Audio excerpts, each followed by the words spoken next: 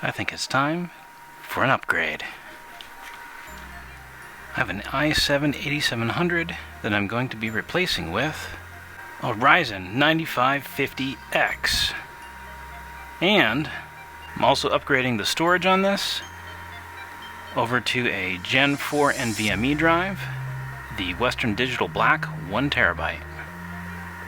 The Ryzen 5950X has 16 cores and 32 threads, and has more power than my Xeon servers, and it's going in my desktop.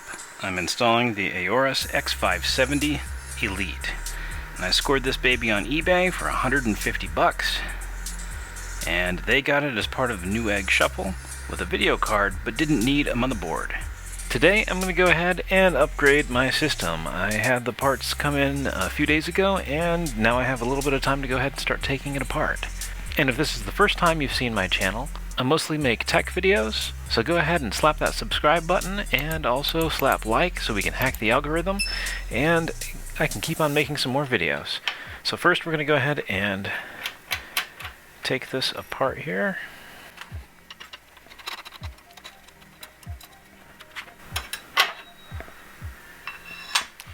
Now, as you notice, this is not a standard desktop case. This is actually a server case, and I put my desktop inside of here and put it inside of my server rack. Alright, so let's take the graphics card out.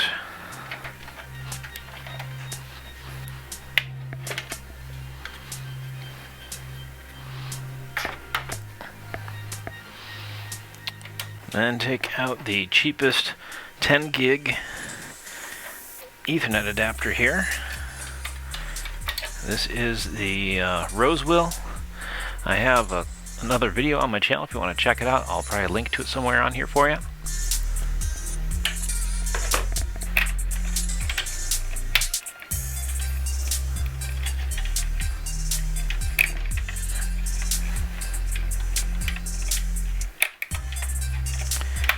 Alright, so I'm disconnecting all of the SATA ports. Now the power to the motherboard. Now the P4 power connector.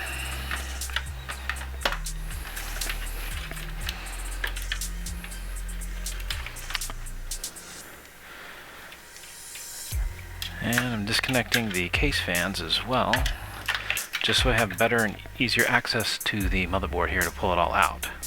Disconnect the USB ports and all of the buttons and LEDs. There we go. Now what I'm going to be carrying over to my new build will be the RAM as well as the GPU. But I did purchase a new NVMe drive because it's Gen 4 PCIe and way faster than my existing storage. And then I gotta figure out what I'm gonna do with this old board here, or maybe just give it away. If you want to see me possibly give away this board and processor, go ahead and smash that like button real quick. If it gets 1,000 likes, I'll consider it.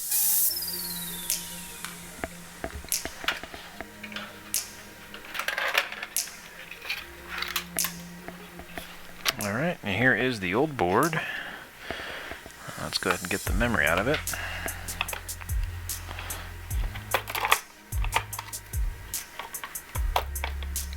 These are Ripjaws DDR4 2666, although it is Intel XMP 2.0 ready. I have no idea what the performance is going to be like with a Ryzen 5950X, so we'll find out. Alright, so this is the X570 Aorus Elite. Picked this up on eBay brand new for $150. Because they got it as part of a Newegg shuffle, and they already had a motherboard, so they don't need it, and I got a good deal on it.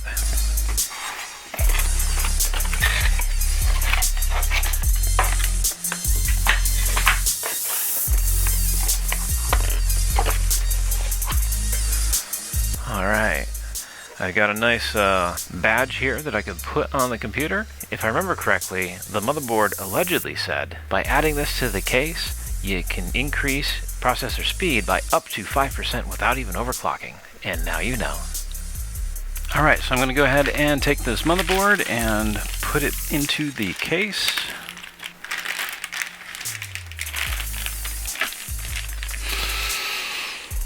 Smells like new motherboard.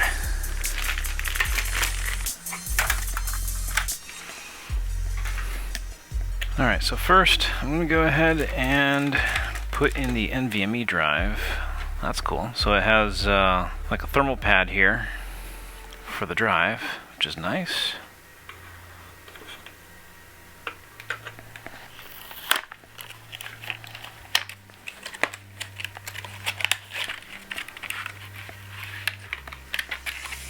And now for opening up the 5950X.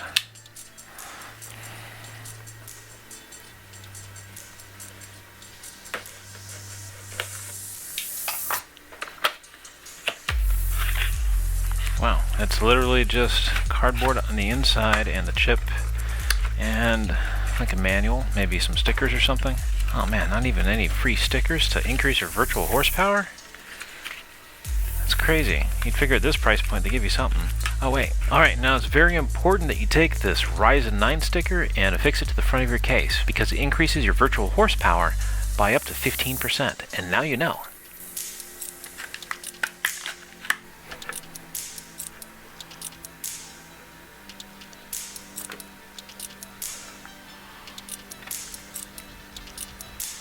There we go.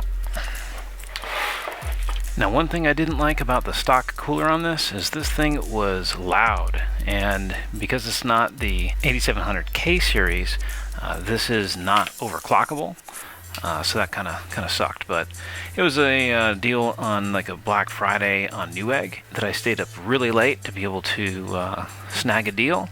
But I was so sleep deprived that I didn't realize that it was the 8700 and not the 8700K. But that's why it was a lot cheaper. Alright, so this is the Dark Rock Pro 4 by Be Quiet.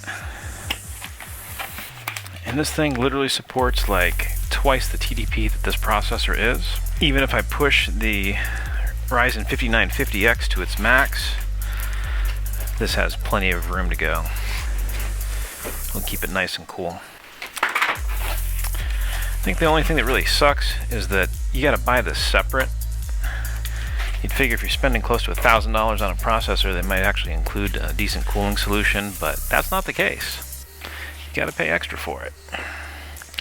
Now in another video, it was actually the 3950X that I did a build on, and had this same fan, I believe, for that build.